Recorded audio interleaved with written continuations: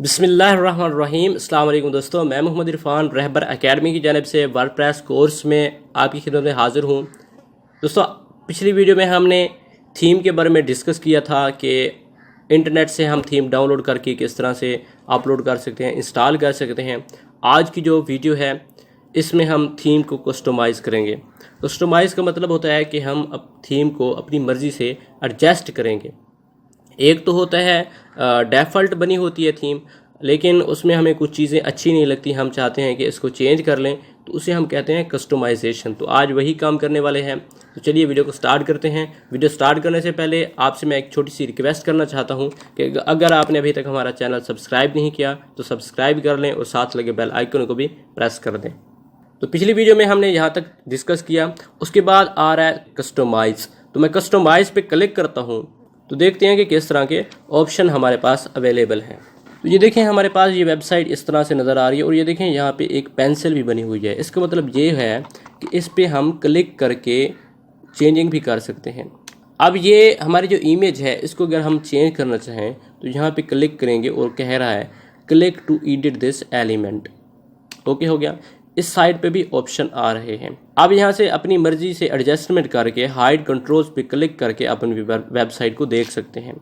अब इसको मैं शो करता हूँ और सबसे पहले click to edit the element पे जब मैं क्लिक करता हूँ तो देखते हैं क्या ऑप्शन शो हो रहे हैं। ये देखें, यहाँ पे लिखा हुआ हेडर मीडिया। जब इस बटन पे मैंने क्लिक किया तो ये कह रहा है यहाँ से इमेज जो है वो आप न्यू ऐड करना चाहते हैं, डिलीट करना चाहते हैं, क्या करना चाहते हैं। यहाँ से आप बैक आ सकते हैं और यहाँ पे आप क्लिक करेंगे तो फिर वापस अपनी वेबसाइट पे चले जाएंगे। दोबारा मैं कस्टमाइजेशन पे क्लिक करता हूँ। ये तरीका हो गया। इसको मैं क्लोज़ करता हूँ। जो हमारी थीम अप्लाई होगी, एक्टिवेट होगी, वही शो होगी। और यहाँ से आप देख सकते हैं कि यहाँ पे एक्टिवेशन का ऑप्शन नहीं आ रहा, लेकिन इसके साथ एक्टिवेशन का ऑप्शन आ रहा है। और एक चीज़ आपने नोट करनी है, यहाँ पे लिखा हुआ है एक्टिवेट। ये ब्लैक कलर में आ रहा है निशान, इनके साथ वाइट कलर में आ रहा है और जो नेम है वो भी आप देख सकते हैं। यहाँ से भी हम कस्टमाइजेशन पे क्लिक कर सकते हैं। जब मैंने इस सेक्शन पे क्लिक किया तो ये जो ऑप्शन है हेडर मीडिया, इस पे क्लिक हो गया। ओके हो गया। अब यहाँ से हम फर्स्ट कह रहे हैं एक्टिवेट थीम। हमारी थीम ऑलरेडी एक्टिवेट है, हमें एक्टिवेट करने की ज़रूरत नहीं है। लेकिन जो और थीम्स हैं उन पे हम कस्टमाइजेशन पे क्लिक करें तो वहाँ पे ऑप्शन होगा एक्टिवेट थीम। इस पर मैं क्लिक करता हूँ तो और हमारे पास थीम आ रही है कि यहाँ से भी हम अपनी थीम चेंज करना चाहें तो चेंज कर सकते हैं। ये तो हमारी इंस्टॉल थीम है जो हमने ऑलरेडी इंस्टॉल की हैं। अगर हम न्यू थीम जो वर्डप्रेस टीम हमें देती है, इस सेक्शन पे क्लिक करेंगे तो हमें यहाँ पे और थीम्स मिल जाएंगे। लेकिन याद रहे, अगर आपके पास इंटरनेट अवेलेबल नहीं होगा तो ये थीम नहीं शो नहीं होगी। तो मैं इंस्टॉल थीम पे जाता हूँ और इसको कस्टमाइज़ कर रहे हैं तो मैं यहाँ पे वापस आ जाता हूँ। उसके बाद आ रहा है साइट आइडेंटिटी। साइट आइडेंटिटी क्या होती है?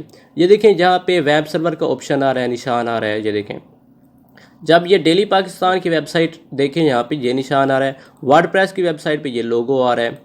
इसे हम कहते हैं साइट आइडेंटिटी। साइट आइडेंटिटी अगर आप चेंज करना चाहें, लोगो चेंज करना चाहें आपके लिंक के साथ जो आ रहा है, तो यहाँ पे क्लिक करेंगे। उसके बाद कह रहा है रहबर एकेडमी। साइट का टाइटल चेंज करना चाहते हैं। उसके बाद आ रहा है टैगलाइन। टैगलाइन क्या होती है?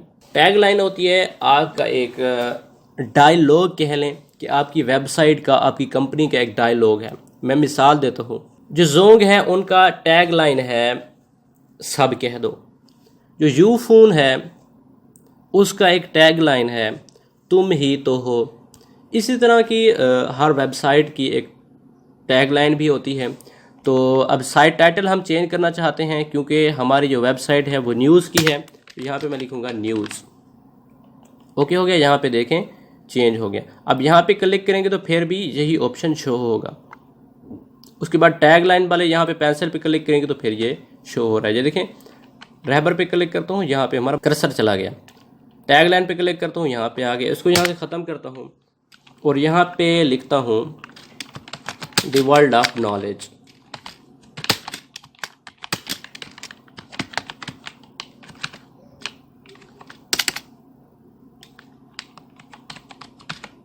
ओके हो गया। उसके बाद यहाँ पे लिखा हुआ है पब्लिश। जब हम पब्लिश पे क्लिक करेंगे तब ही यहाँ पे शो होगा। अगर पब्लिश पे क्लिक नहीं करेंगे तब हमें जस्ट ये दिखा रहा है कि इस तरह से नज़र आएगा। अगर इसको ख़त्म करना चाहते हैं तो यहाँ पे क्लिक करेंगे, ये हमारी जो टैगलाइन थी और टाइटल था हमारी वेबसाइट पे शो हो रहा था वो यहाँ से हाइड हो चुका है। इसको शो करना चाहें इस पर क्लिक कर सकते हैं। उसके बाद सेलेक्ट साइट आइकन, जो हमारा ये आइकन था साइट आइडेंटिटी के लिए, वो यहाँ से हम सेलेक्ट कर सकते हैं। इस पर मैं क्लिक करता हूँ और एक बात आपने नोट करनी है, जो साइट आइकन है उसकी जो डिमेंशन होनी चाहिए वो 512 बाय 512 ही होनी चाहिए और उसका जो साइज़ है वो 2 MB से ज़्यादा नहीं होना चाहिए। तो यहाँ पे क्लिक करेंगे, ड्रैग एंड ड्रॉप भी कर सकते हैं, मैंने बताया था आपको। उसके बाद ये कह रहा है मीडिया लाइब्रेरी। अगर मैं इस पर क्लिक करता हूँ तो ऑलरेडी हमारी कुछ इमेज जो हैं वो अवेलेबल हैं। इनसे अगर आप सेलेक्ट करना चाहें तो वो भी आप कर सकते हैं। मैं इस पर क्लिक करता हूँ, ये देखें काफ़ी ज़्यादा ऑप्शन आ रहे हैं। अब ALT टैक्स, अगर आप HTML जानते हैं तो अल्टरनेटिव टैक्स के बारे में आपको इल्म होगा। ये हमारी वेबसाइट की SEO में हमारी मदद करता है। उसके बाद आ रहा है टाइटल, कैप्शन आप लाजमी दिया करें, डिस्क्रिप्शन आप लाजमी दिया करें, ये आपकी SEO में आपकी मदद करेगा। उसके बाद इसको अगर एडिट करना चाहें कैसे, ये देखें यहाँ पे लिखा हुआ है 415 बाय 315 पिक्सल, लेकिन हमें क्या चाहिए 512 बाय 512। यहाँ से डिलीट कर सकते हैं, एडिट कर सकते हैं। इसकी एक ख़ास बात यह है कि इसके अंदर एडिटिंग के ऑप्शंस भी अवेलेबल हैं। यहाँ से आप इसकी डिमेंशन जो है वह चेंज कर सकते हैं। यहाँ से लिखेंगे 512 और यहाँ भी लिखेंगे 512।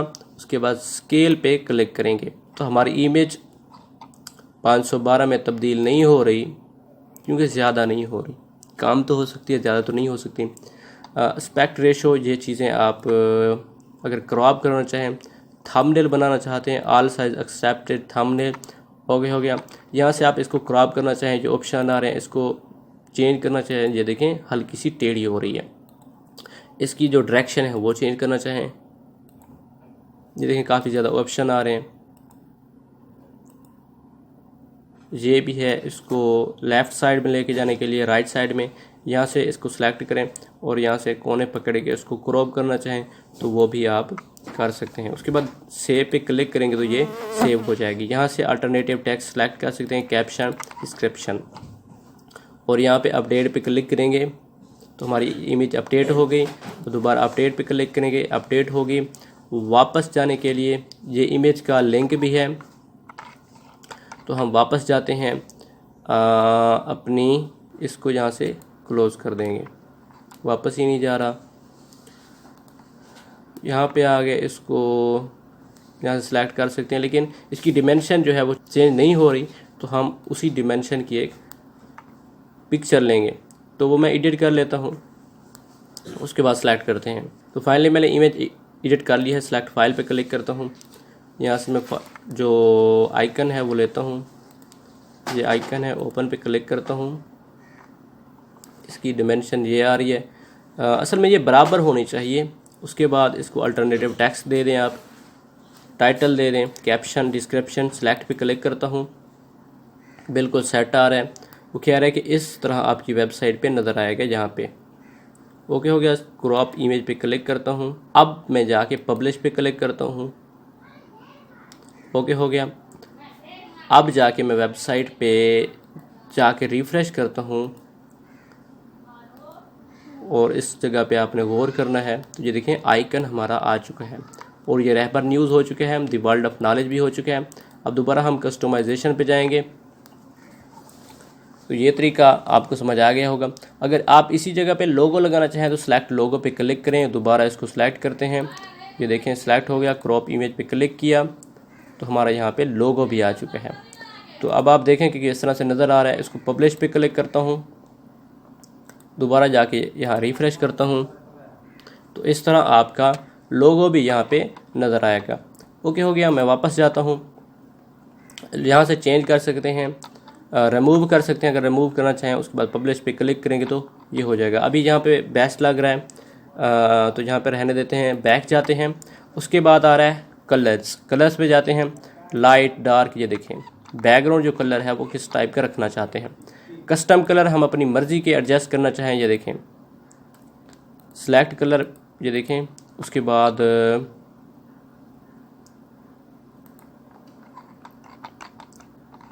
ये देखें आप, यहाँ पे आपको कलर मिला,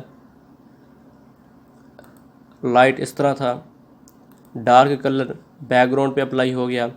कस्टम कलर अपनी मर्ज़ी से एडजस्ट करना चाहें तो ये देख सकते हैं, ले लिखा हुआ है header text colour. Okay okay, यहाँ पे हम सिर्फ काला ही कर सकते हैं इसको, या फिर लाइट ही कर सकते हैं आप, और कलर अप्लाई नहीं कर सकते। डार्क भी कर सकते हैं, कस्टम कलर यहाँ पे अप्लाई कर सकते हैं टेक्स्ट पे। ओके हो गया। उसके बाद अगर आप करना चाहें, आप पे डिपेंड करता है। उसके बाद मैं पब्लिश पे क्लिक करता हूँ, ये टेक्स्ट हमारा इस तरह से नज़र आ रहा है। तो ये पब्लिश भी हो चुके हैं। अब बैक जाते हैं। उसके बाद आ रहा है हेडर मीडिया, इसके बारे में आपको बताता हूँ। ये जो हमारी बैकग्राउंड पे इमेज आ रही है, इसको अगर आप चेंज करना चाहें तो वो भी कर सकते हैं। सेलेक्ट वीडियो पे क्लिक करता हूँ, यहाँ पे आप वीडियो भी लगा सकते हैं। यहाँ से अपलोड करके 2 MB से ज़्यादा नहीं होनी चाहिए।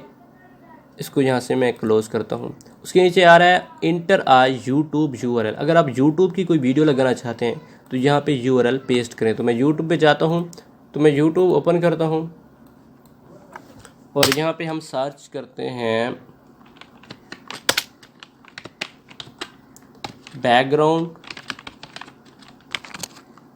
वीडियो। ओके हो गया। हमें बैकग्राउंड वीडियो मिलेंगी और यहाँ पे आप लिखें फॉरवर्ड प्रेस। हमें बैकग्राउंड वीडियो मिलेंगी और ये तो हमें सिखा रहे हैं, और ये आ रही है। इसको मैं ओपन करता हूँ। तो ये वीडियो बड़ी बेस्ट है, इसको जस्ट मैं दिखाना चाहता हूँ। कॉपी वीडियो URL, और हम अपनी वेबसाइट में आके यहाँ पे पेस्ट करता हूँ। उसके बाद इमेज को हाइड करते हैं, तो इस तरह शो हो रहा है। पब्लिश करता हूँ।